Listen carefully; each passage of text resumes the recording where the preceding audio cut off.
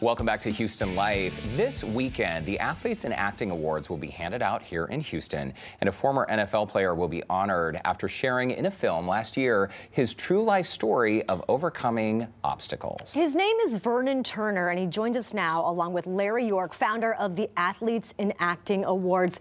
Guys, welcome to the show. Vernon, we were just saying your life story is something you wouldn't even believe if you didn't live it. But first of all, we want to start with Larry, and let's talk about the awards and how they all got started.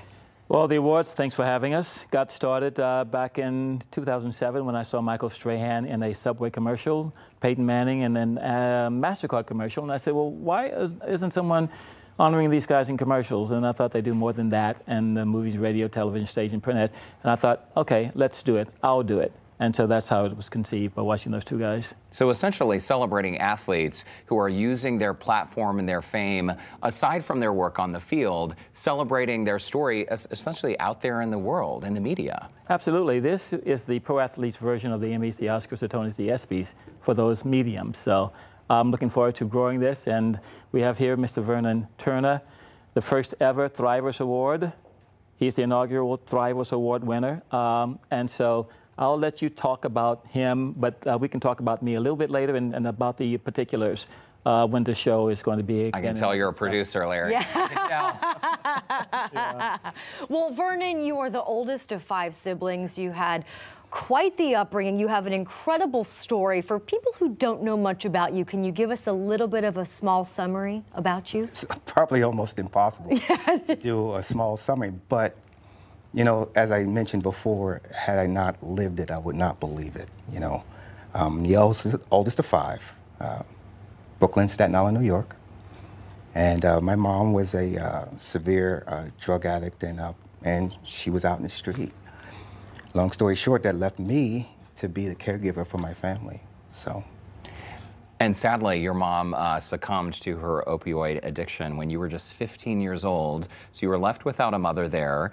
As the oldest of 5 siblings, you essentially raised your siblings. How do you think your upbringing really shaped your life and your career? Because you went on to go to the Super Bowl. I mean, you were a wide receiver and kick returner.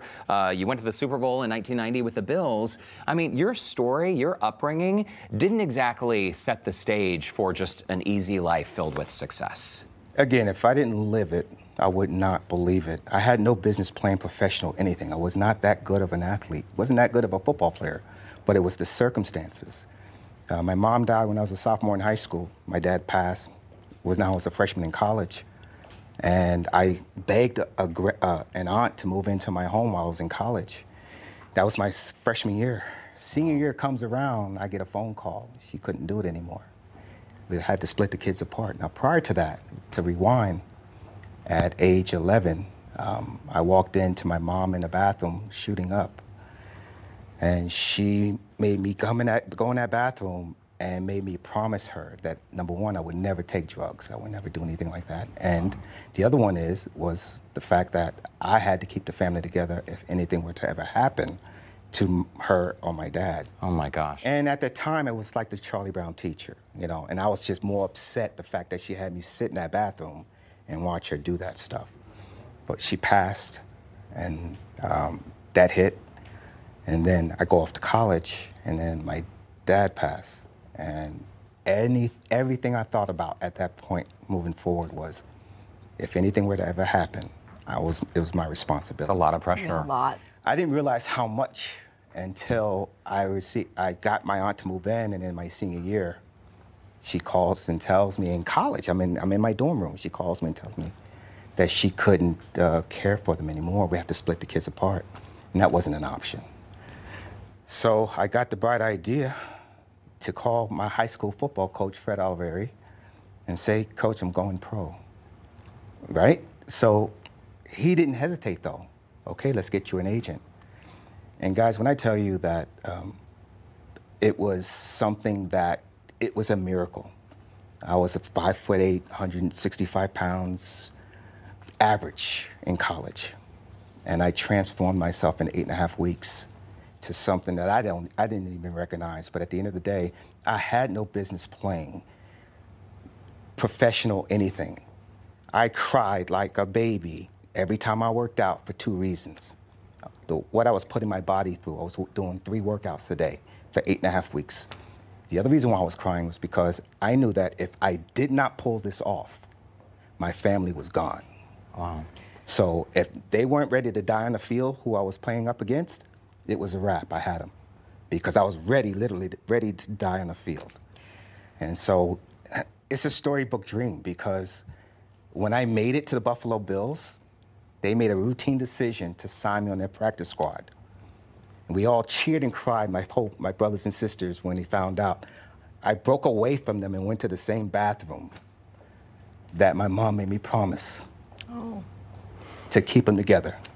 And I looked up, all I said was, I did it. Yeah. That was it. Yeah. So one of these days I'll look back and I'll realize that I did okay. Right now, I've still got some things to do, you know? I'm not done.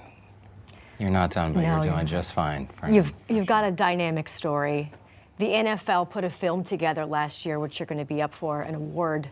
How has this film kind of been therapeutic for you? You're getting your story out. You want people to know, maybe some people are going through the same thing. How has it been therapeutic for you along your way? You know, back in 2011, I wrote my first book, The Next Level of Game I Had to Play, and that gave me the courage to share from age 5 on up everything I went through. And the response that I got was so warming and heartfelt. And now it's in pre-production for a film titled The Next Level. Titled Relentless. Years go by, I get inspired again because I start reflecting. How in the world did I make it? How did I do this? So I started thinking about all the things, all the principles and components, the family, the strength.